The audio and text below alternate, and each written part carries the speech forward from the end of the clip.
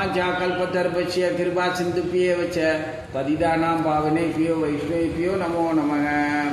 हे कृष्णा करुणा सिन्धो दीनबन्धो जगत्पते कोपेश गोपिकान्त राधाकान्त नमोस्तुते। दत्तकाञ्चन गौराङ्गी राधे वृंदावनेश्वरी विश्वभानुसुते देवी प्रणमामि हरिप्रिये।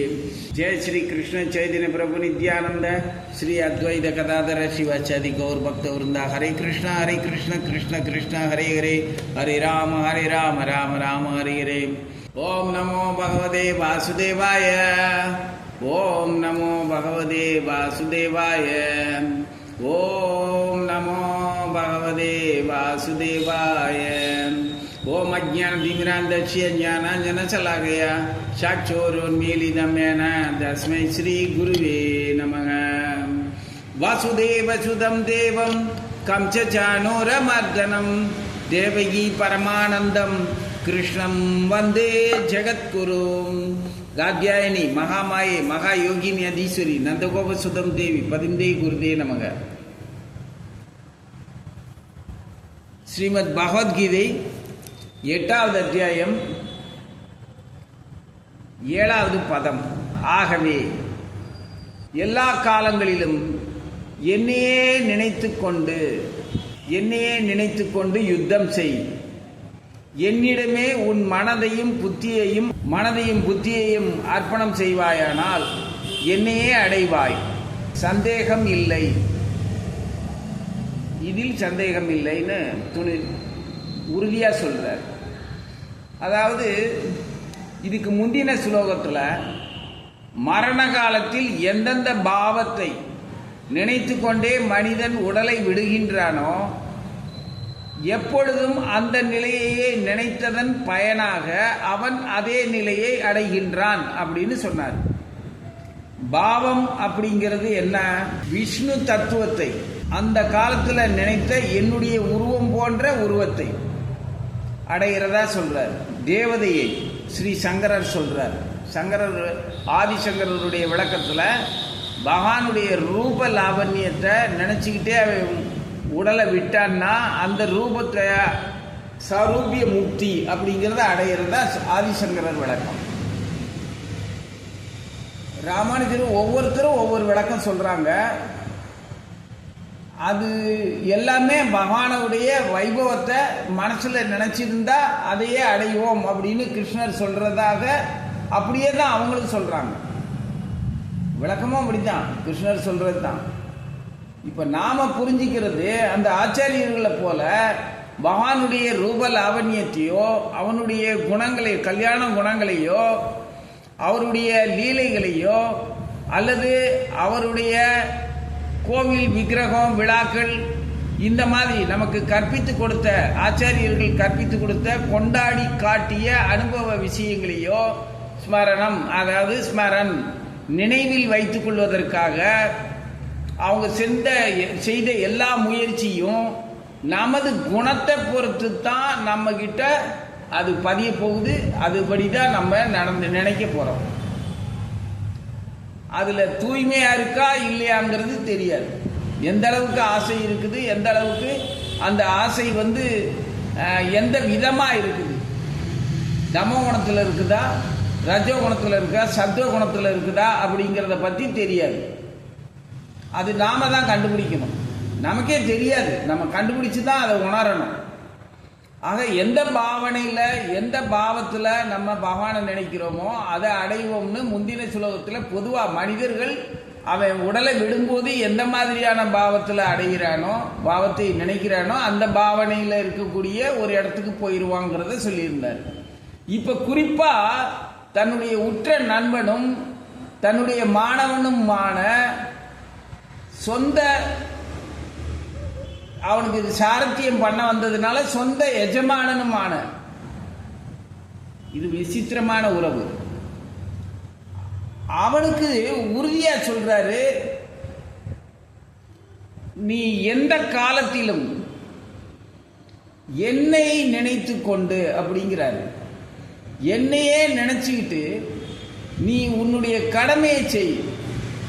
பகவானை நினைச்சுக்கிட்டு உன்னுடைய கடமை செய். அவனுக்கு அந்த போர்க்களத்தில் வந்திருக்கான், சண்டை போட வேண்டியது கடமை.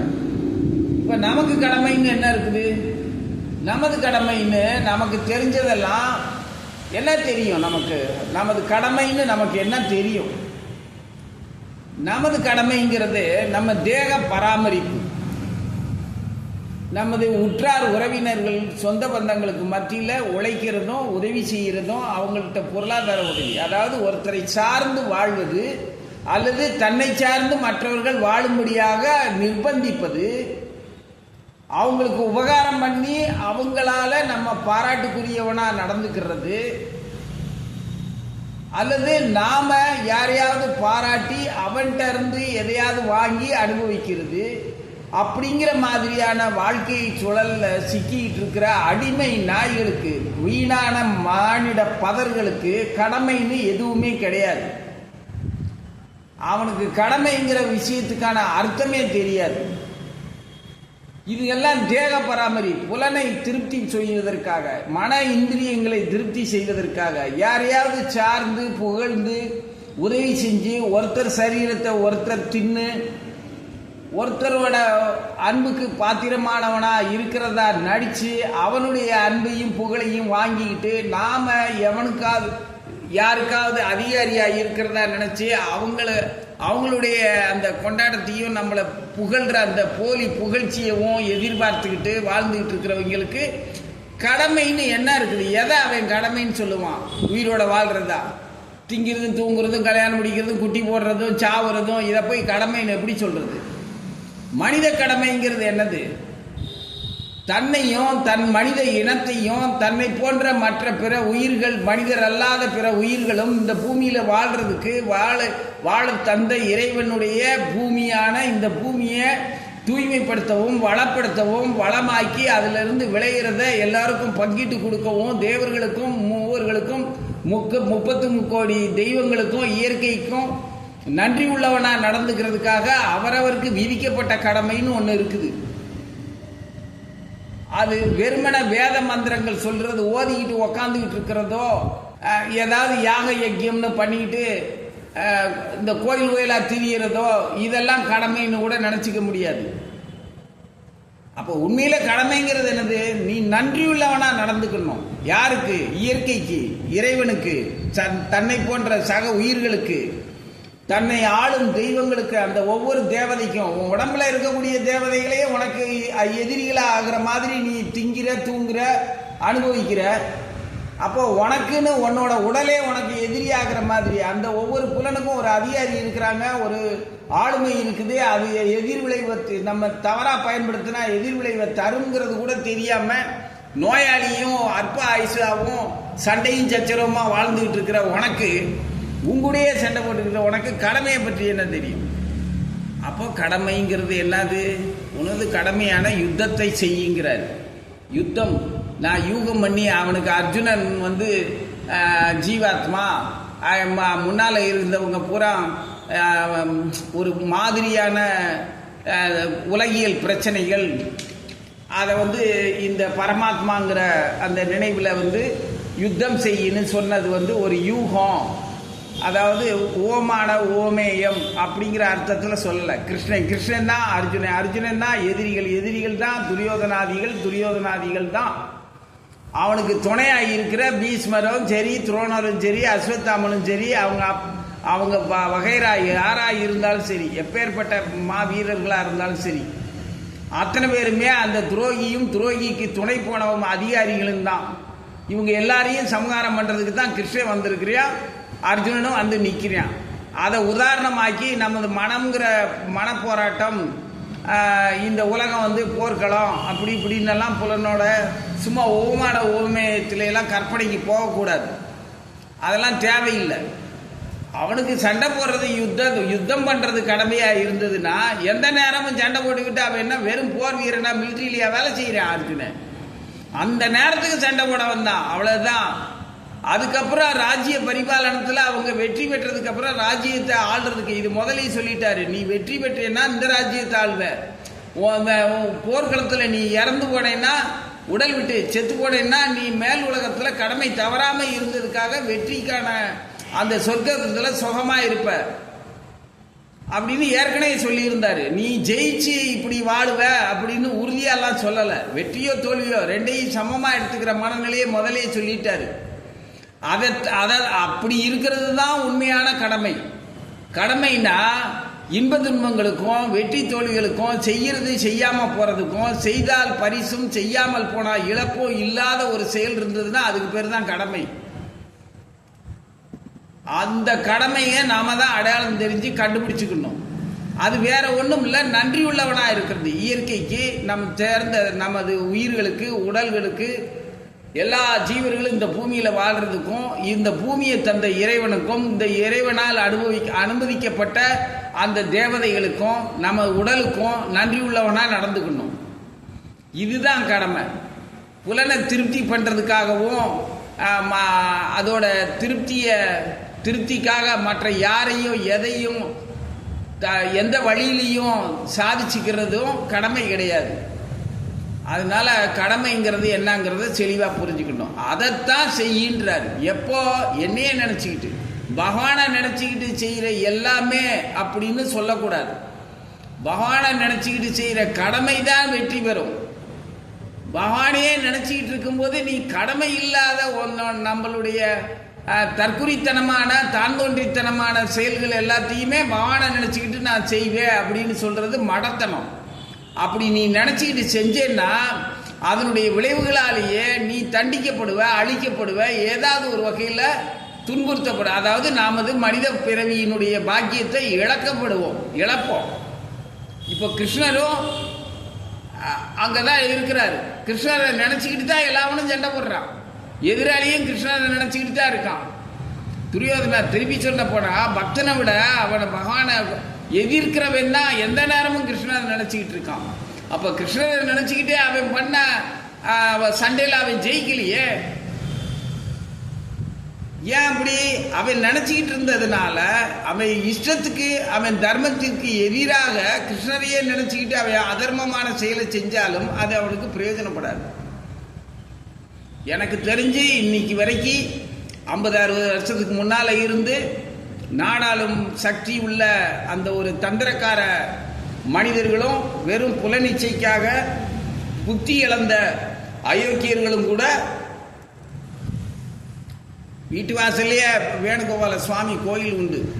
அங்கே இருக்கிற புளியோதரையும் மற்ற அரவண பிரசாதங்களும் பற்றுகளும் பூக்களும் மனங்களும் பெண்களும் அத்தனை பேரையுமே ஆக்கிரமித்து அவன் சொன்னபடி கேட்குற மாதிரி வாழ்ந்துக்கிட்டு கிருஷ்ணரோட தான் அந்த பகவானோட தான் இருந்தான். ஆனால் அவன் நல்லவனாகவே வாழலை, கடைசி வரைக்கும் வாழலை. அவனுடைய வம்சாவளிகளும் நல்லவனாகவே இன்னைக்கு வரைக்கும் இருக்கலை.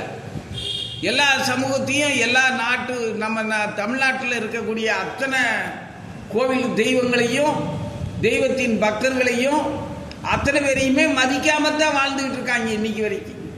அதைத்தான் நாம் பார்த்துக்கிட்டு இருக்கோம். அப்போ இவனும் துரியோதனம் கூட்டமாக இருக்கிறவனும் கிருஷ்ணனையே தான் நினச்சிக்கிட்டு இருக்கான், பகவானையே தான் நினச்சிக்கிட்டு இருக்கான். ஆனால் அவனுடைய செயல்கள்லாம் என்னையே நினச்சிக்கிட்டு இருக்கிறதுனால என்கிட்ட வந்துடுவேன்னு பகவான் சொன்னதுக்கும் இதுக்கும் பொருத்தம் இல்லை.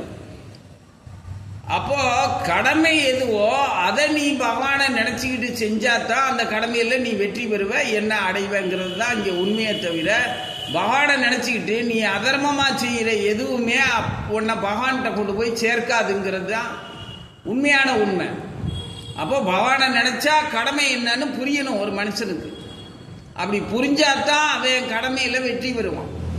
தன் கடமை எதுவுன்னே தெரியாம இஷ்டம் போல பகவானை நினைச்சுக்கிட்டு இருக்கிறவன் பகவானை அடைவான்னு சொல்ல முடியாது. பகவானை அடைவான். எப்படி அடைவான்? அவரை எஜமானனாகவும் இவன் அவருடைய எதிரியாகவும் இருந்து முழுமையாக தண்டிக்கப்படுவான்.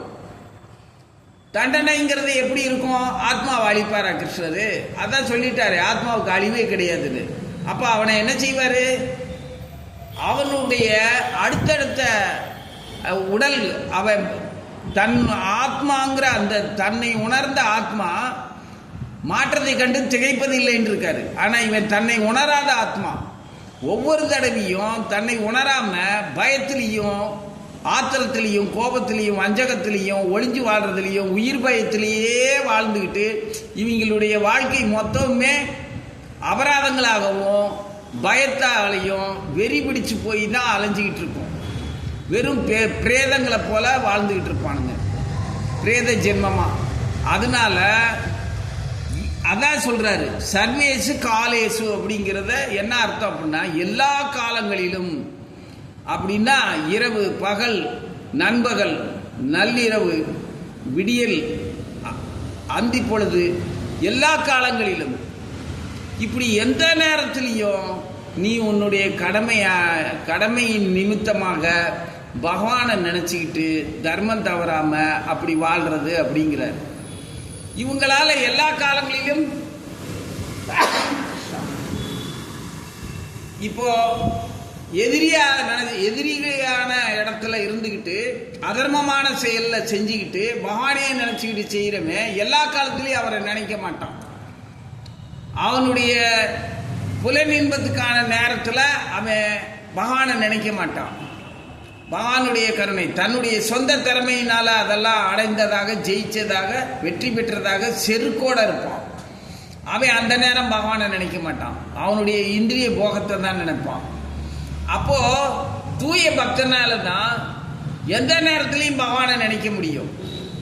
இப்போ நீ புதுசா திடீர்னு பகவானை நினைக்கிற அப்படின்னா அப்போ பகவான் நினைவு இறைவன் நினைவு இல்லாத நேரத்துல எல்லாம் நீ தவறான ஒரு இடத்துல உன்னுடைய மனமும் புத்தியும் வாழ்க்கையும் இருக்குதுன்னு அர்த்தம். எந்த நேரமும் ஜெகநாத சுவாமி நயனபதகாமி பாவதுமே இப்படித்தான் நம்ம படிக்கிறோம். இறைவா உங்க ஜெகநாத சுவாமியே உங்களுடைய பார்வை வட்டத்தில் இருந்து என்னைய வெளியே அனுப்பிடாதீங்க, என்னுடைய உங்க பார்வைக்கு முன்பாகவே இருப்பதுதான் எனது விருப்பம்னு சொல்லி நம்ம பாடுறோம். இவன் தான் கடமை தவறாம எல்லா காலங்களிலும் பகவானை நினைக்க முடியும். மற்ற யாராலையும் பகவானுடைய பார்வைக்கு முன்பாகவே தன் வாழ்க்கையை வச்சுக்கிறதுக்கு தூய்மையற்றவர்களால வச்சுக்க முடியாது. அதனால தஸ்மாத் ஆகவே அப்படிங்கிற முதல் வார்த்தை முந்தின ஸ்லோகத்தோட தொடர்ச்சி. முந்தின ஸ்லோகத்துல அவர் சொன்னது என்னையே நினைத்து கொண்டு இருப்பவனுடைய அவனுடைய பாவனை, அவன் அந்த பாவத்தையே என்னை எந்த விதமான பாவனையில நினைச்சிட்டு இருக்கிறானோ அந்த மாதிரி அவன் அந்த மனிதன் அந்த இடத்தை அடைவான் அதுல அப்படின்னு சொன்னாரு. இப்போ அதனால நீ எந்த விதமான பாவனையில என்ன நினைக்கிறியோ, எதிரியா நினைக்கிறியா, நண்பனா நினைக்கிறியா, என்ன கடவுளா நினைக்கிறியா, ஆசிரியனா நினைக்கிறியா, இல்ல உன் பொருட்டு உன்னுடைய கடமை தவறாம நேர்மையா இருக்கிறதுக்காக என்ன உணவுது வழிகாட்டியாக விளக்காக அறிவாக முன்னோடியாக நினைக்கிறியா, எந்த பாவத்துல நினைக்கிறியோ அதே மாதிரி தான் நீ வெற்றி பெறுவாய் அப்படிங்கிறதுல அதுல சந்தேகம் இல்லைன்னு இப்ப சொல்றார். தஸ்மாத் ஆகவே எல்லா காலங்களிலும் என்னையை நினைத்து கொண்டு உன்னுடைய கடமை யுத்தத்தை செய், என்னிடமே உன் மனதையும் புத்தியையும் அர்ப்பணம் செய்வாயானால். அங்க அதான் விஷயம். மனம் உட்பட அறிவு உட்பட மனசுக்குள்ளதான் புலன்கள் எல்லாம் இருக்கு. அறிவு தான் அந்த புலன்களையும் மனசையும் பகவான் கிட்ட கொண்டு போய் சேர்க்கக்கூடிய வலிமையுள்ள ஆற்றல் மிக்கது. அப்போ மனசையும் புத்தியையும் பகவான்கிட்ட அர்ப்பணிக்கிறதா இருந்தா நீ நேர்மையானவனா தூய்மையானவனா இறைவன் முன்பாக வாழ்றதுக்கு மனச தெளிவாகவும் தூய்மையாகவும் துணிவாகவும் இருக்கக்கூடியவனா இருந்தா தான். கள்ளத்தனமான புலன்களை வச்சுக்கிட்டு இருந்தா பகவான் முன்னால போய் நிற்க முடியாது. அப்போ தூய்மையானவனா இருக்கிறதுக்கான துணிவு இருக்கணும். அப்படி செய்வாயானால் நீ என்கிட்ட சேருவ, அதுல சந்தேகம் இல்லைங்கிற. சந்தேகமே அதுல பட வேண்டாம். ஆனா அதுக்கு முன்னாடி மனதையும் புத்தியும் அவர்கிட்ட அர்ப்பணிக்கணும். எல்லா காலத்திலும் அவரையே நினைச்சிட்டு இருக்கணும். ஜெகநாத சுவாமி நயன பதகாமி பவதுமே. जय श्री कृष्ण चैतन्य प्रभु नित्यानंद श्री अद्वैत गदाधर शिवाचार्य गौर भक्त वृंदा. हरे कृष्ण कृष्ण कृष्ण हरे हरे, हरे राम राम राम हरे हरे.